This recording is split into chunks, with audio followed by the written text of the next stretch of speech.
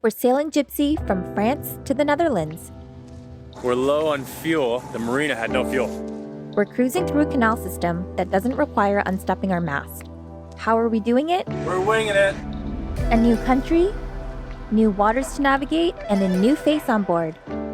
Welcome to Sailing Jibsea. 2 years ago, we knew nothing about sailing, but took off from Canada with an urge for adventure. I'm Steph. This is Travis, and this is our home, Jibsea. We moved quickly, and in a short time, have made it down south and even crossed an ocean. But we still have a whole lot more of the world to see. Subscribe and join our life on the water.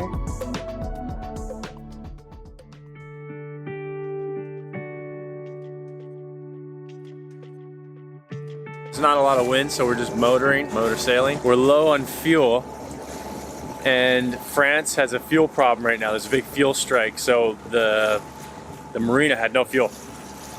So it'll be a bit testy today. I think we might have enough fuel just to get there and fully be testing it. We'd be running it pretty low on the tank, which I don't like to do. We are kind of skirting the coast here, so if anything happens, I can kind of hopefully radio somewhere in Belgium and see if one of their marinas have fuel. If we have to pull in, we should, but hopefully not. Hopefully the winds pick up and we can at least sail a little bit. We have to get to the Netherlands by tomorrow, so we couldn't wait.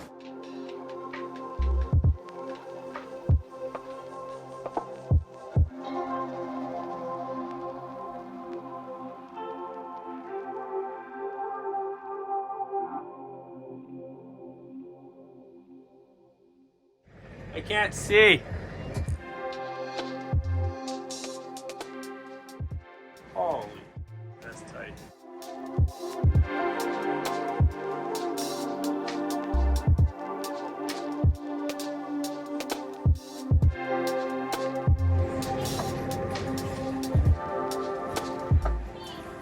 Okay.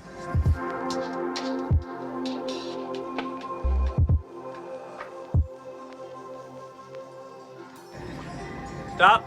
Stop.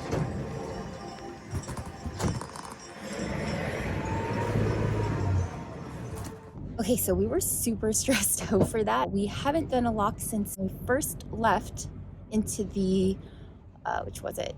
The Oswego Canal, and we won that one, so I don't know why we were so worried, and we did over 30 locks when we first set out. So I think it's just the fact that we hadn't done one in a while. It's nighttime and it looked really narrow. We had 1.5 feet on each side of the boat, but the lock ended up only raising us a few feet, so when it was over we were kind of like, what? That was it? But yeah, nonetheless, we went through it okay, and now we're just going to try to find somewhere to pull into for the night here. I think there's a couple of marinas, so we're going to find a spot. The Netherlands!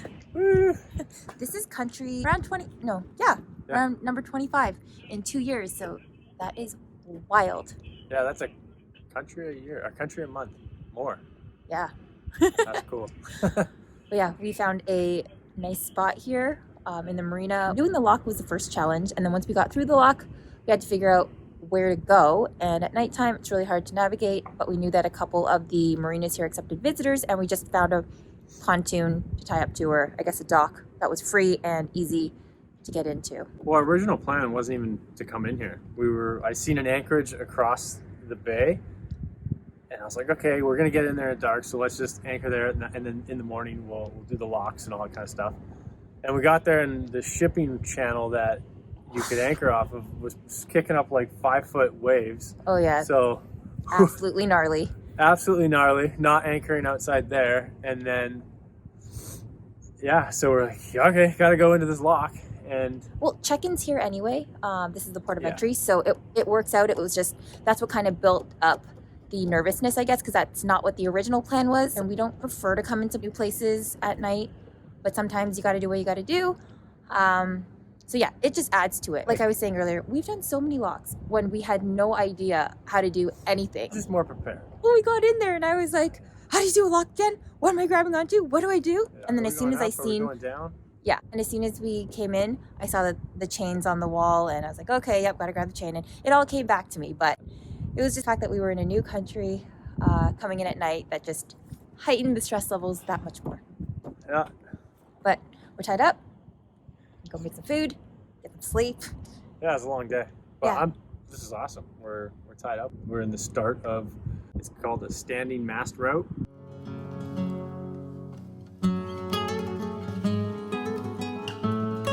Pretty excited. I haven't seen any of my friends in a few years. And we got one of my good friends flew down to come hang out with us and do the canals. Be doing the Staande Mast Route from Vlissingen to potentially Hoorn, which is just past Amsterdam. And then we're gonna turn around and take another route back. This is gonna be officially our second guest aboard Jibsea. We did have my mom come visit us in St. Martin before we crossed the Atlantic. It has been kind of hard to have guests because, you know, most people have commitments in their life, work that they have to plan in advance for if they're gonna be coming down. We move so frequently and we wing it. We decide where we're gonna be going the week, a couple days before. So it is really hard for us constantly being on the move. I mean, if we were situated in a marina for an extended period of time, that would make it easier to plan and stuff, but that's just not how we've been cruising. Plus, in the climate that we're in right now, it has been a little uncomfortable living on the boat, not gonna lie, because of how damp and cold it's getting, and we're just not set up for that right now. Kind of need to be more in a marina to plug in and just get a little more creature comfort. Our V berth is pretty damp, and that's where guests would stay. Yeah, like I don't even think he'd be able to sleep in our V berth. It's too humid in there. So he's sleeping on a couch, but I'm excited. I think it's gonna be some really good learning on how to maneuver the boat because a lot of places are pretty tight. There's a lot of traffic that goes through the canals. It's off season, which is nice in terms of recreational boats passing through the canals, but there are a lot of huge barges going through these tight little canals that we'll be sharing. So that'll be a whole experience and new thing to learn. So we're glad that we're gonna have an extra set of hands to help us out. I think around October, a lot of people, they're done with their boats in this climate and they kind of put them on the hard or put them away. So that's another reason why we came and did this now, because it should be fairly empty. How you doing? Good, man, yeah? Oh, so good. Oh, this is sweet. Oh, Hello. it's a little wet today. I'm attached. Oh no, oh no. There you go. It's a little wet today, but I know, it started raining. Despite how it may look here, Vlissingen is one of the sunniest cities in the Netherlands and has a milder climate due to its southern location on the coast. Historically, Vlissingen was called Flushing in English. Flushing in New York was actually named after this city. Just give Matt the rundown on some safety stuff, and then we are gonna wait for this bridge to open. I think it's around 10:42, and I think there's 5 other bridges that we go through Zeeland here. We're gonna stop, get fuel midway in Middelburg, and then we're just gonna kind of see where we can make it today. Is that right? Okay, so around, under, over, and then you want to be. Nope. And then you're gonna take this and put a loop in it. Oh, okay. That's, Like- yeah. We're just about to take off from the marina here and head out to our first lock, which is literally right behind me. They open the bridges remotely, so you just call them on the VHF, and once you approach the pillars that are just in front of the bridge, there's a camera situated on them, and the bridge operators can see your boat and then open the bridge. But since we're right here, we're gonna call them just as we're casting off from the dock here. Here's Sluice Bridge. Here's Sluice Bridge. Here's Sluice Bridge. Here's Sluice Bridge. That's sailing vessel Jibsea. Sailing vessel Jibsea.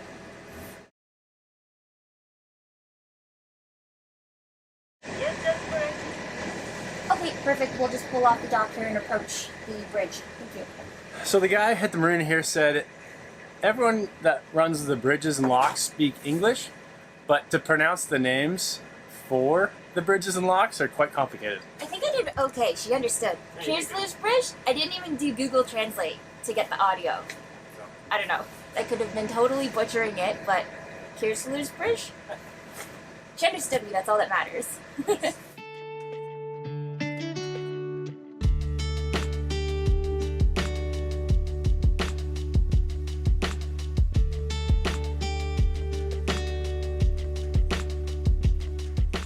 first bridge, all went well, and I think we're probably going to hit a handful of them today. Some of them are really close together. The next one is half a mile up, and they should all be timed nicely. I'm not 100% sure where we're gonna end up, but I think we probably have a few hours ahead of us today. We're winging it. I think you should introduce our guest though. Bam! This is Matt. Hey everybody. That's from Vancouver. Longtime friend. Super happy to have him on board. Happy to be here. Talked to Travis and I was sort of telling him that I wanted to come aboard on the boat, and we just kind of picked a time, and I had time off, so I just tried to line it up, and here I am in Amsterdam now. It worked perfectly. And he's been on Jibsea before. We went sailing in Toronto On Lake Ontario. with Matt before we left. So We're gonna try to convince him that boat life is the way to go. I think we'll have to have him back in some of the where it's a bit more tropical, and you can enjoy the our natural pool, because we can't enjoy our natural pool right now. But this is exciting. This is Europe, and you've never been to Europe before, right? Never been. Very excited to do lots of day trips out walking about and seeing everything. Yeah. We're in fairy tale land. Every land is fairy Yeah. tale land. Matt says it looks like we're in a movie set. We have a little app here that we've been using for the waterways in the Netherlands, which has been really helpful.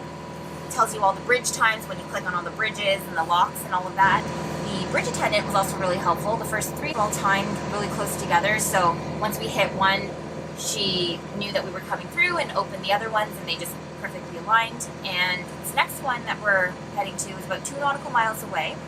So it's a little tight for where we are, but she was really nice and just called us on the radio to say, hey, the next bridge is going to open at X time. So we were able to check the distance from where we are, where the bridge is, and then calculate how fast we need to be motoring to be able to make it for that bridge opening. If we don't make it, there's like pillars you can tie up to. So and then we just have to wait 2 hours, is it? Half an hour. Half an hour's not bad. We've had to wait like 2 hours in the ICW, so.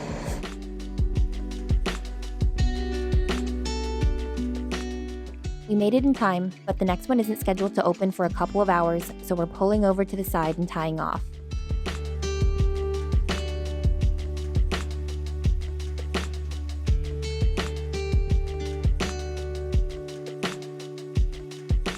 Well, we thought this bridge was going to open in 2 hours, as per the app, but it's swinging open, so that was good practice anyway.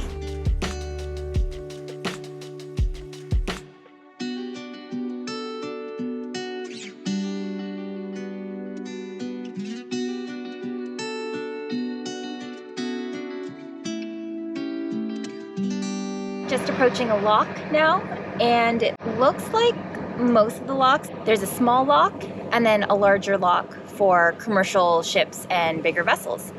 So it looks like there's a little power boat ahead of us right now waiting, and we're not sure if they're going to put us with them or not, but it looks like we're going to be going into the small lock because we can see that there's a red light and a green light both lit up, and the big lock just has a red light. Yeah, so it'll be a lock in daylight, which will probably be a lot less stressful than that one we went into in Vlissingen.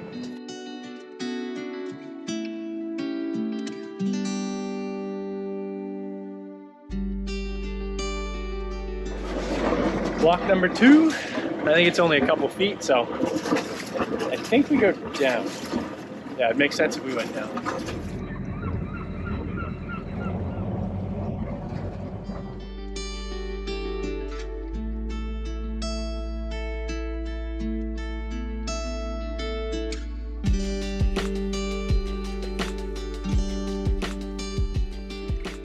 Just approaching this lock, we noticed that there were a bunch of sailboats tied up waiting. They said that something's wrong with it, probably fixing it, but they have no idea when it'll be fixed. So now we're tied up to Birdshit Dock. Literally. It's a nice dock, but it's full of shit. And we've got maybe a foot under our keel. Yeah, it was really testy. It was like 30 feet, straight up to 5 feet. We were kind of hoping to snug up to where all those other sailboats are tied up waiting, but kind of awkwardly spaced, and nobody was moving up. So we came over here and tied up next to this smelly dock. It smells, oh, it's covered, it's disgusting. Now who got poop on his shoe? That was inevitable. You can't even try to. Oh, it wouldn't just all sort itself out? Well, it'll sort itself out after I clean it, I guess, but. But hopefully we get this lock sorted out soon and we can continue moving today. Anything like solid. If not, then I guess we're stuck here for the night and we'll stay tied up to this lovely dock for the evening. We ended up staying the night, but first thing in the morning, the lock had been fixed and we were through. I've said it many times. This is the one set of locks that we were reading, that there's a lock for your smaller yachts and then there's the commercial lock. But if you're lower than, if you're higher than 18.5 meters, you have to go to the commercial lock. And the guy said you go to the furthest point out on the port side Yeti and then the cameras can see you, and that's how they open up these locks. Because we tried to call on the radio, but another lock master said that this operator doesn't have access to the VHF. Yeah, so apparently this lock doesn't have any communications, but some other lock master kind of helped us out, so that was really nice. So we'll go to port side here and just tie up and wait for the lights to go green, I guess.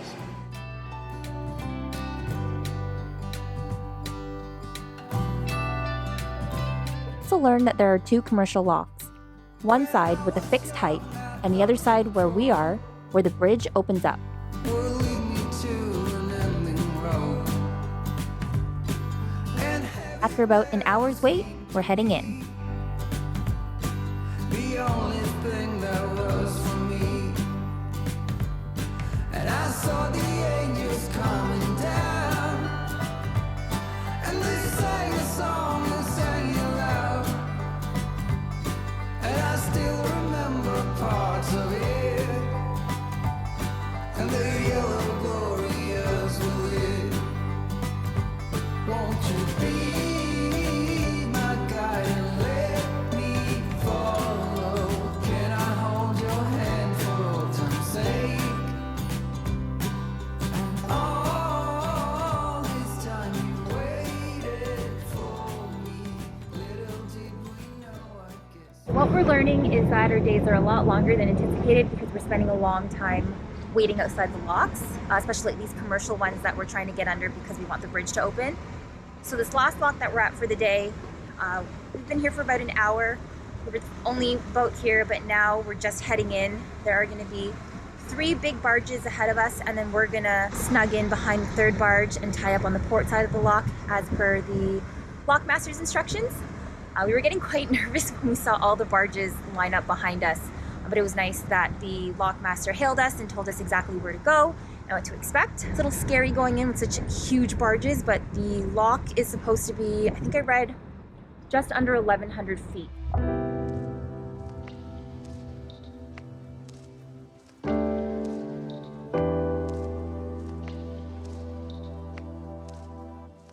This is the biggest lock we've ever been in.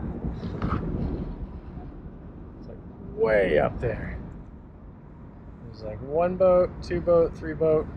Should be quick. Hopefully it's quick because we got to make a marina with some daylight, and we got to try to go find some food for the night. Last stop for the day is Willemstad, and we're 0 for 2 on entering marinas in daylight. Now that we know there could be some significant wait times at commercial locks, we'll have to adjust the distance we want to cover each day. The marinas in the waterway are smaller than what we're used to, and they only get tighter the further in we go. Travis did a nice 3-point turn with Jibsea in some tight quarters, and we got ourselves side-tied for the night. Thanks for watching, and stay tuned for next week for more adventures with our new crew.